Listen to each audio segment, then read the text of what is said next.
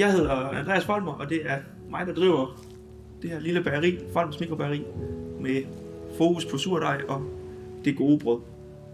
Og jeg har jo egentlig kun været i gang med at bage med surdej i 3-4 år, så jeg er jo egentlig stadigvæk ret ny inden for verden, men har nørdet det sindssygt meget.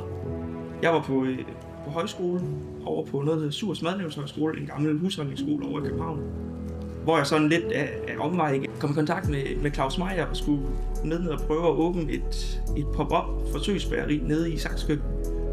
Og jeg synes bare, det var skideskægt, og det var lige det, jeg havde lyst til at lave. Så da jeg kom hjem der i august 2020, der begyndte jeg med at lede efter lokaler her i Vejle. Og det var sådan lidt nemmere sagt end gjort. Så det tog mig et års tid, før jeg fandt det her lokale herinde, som ligger og gemmer sig i Rådhuspassagen. Lige i Vejle Midtby. Det kan næsten ikke ligge mere centralt. Og mit surdejsbrød og boller og rugbrød for den sags skyld, det er jo bagt på surdej. Altså den her lidt ældre metode at bage brød på, hvor du ikke kun har gær, men du har også mælkesyre og eddikesyre og alt muligt andet i din surdej. Du har faktisk alle bakteriefloraen, der er rundt omkring luften, nede samlet i din surdej sammen med dit vand og dit mel.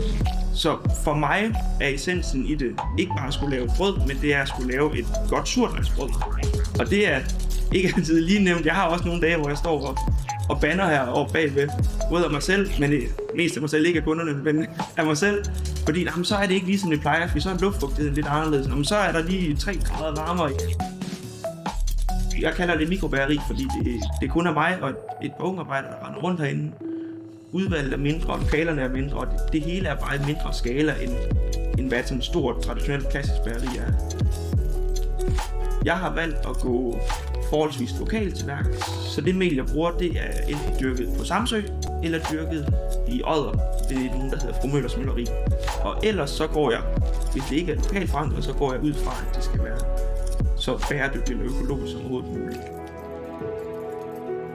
Hele ideen med mikrobageri, synes jeg er blevet taget mega godt imod. På trods af, at det har været nogle udfordrende måneder, og der har været noget kamp med noget energikriser og alt muligt andet, så har det været den fedeste tid at få åbnet op i, fordi man virkelig har fået stresstestet sit produkt og fået set, om det var noget, der kunne lade sig gøre.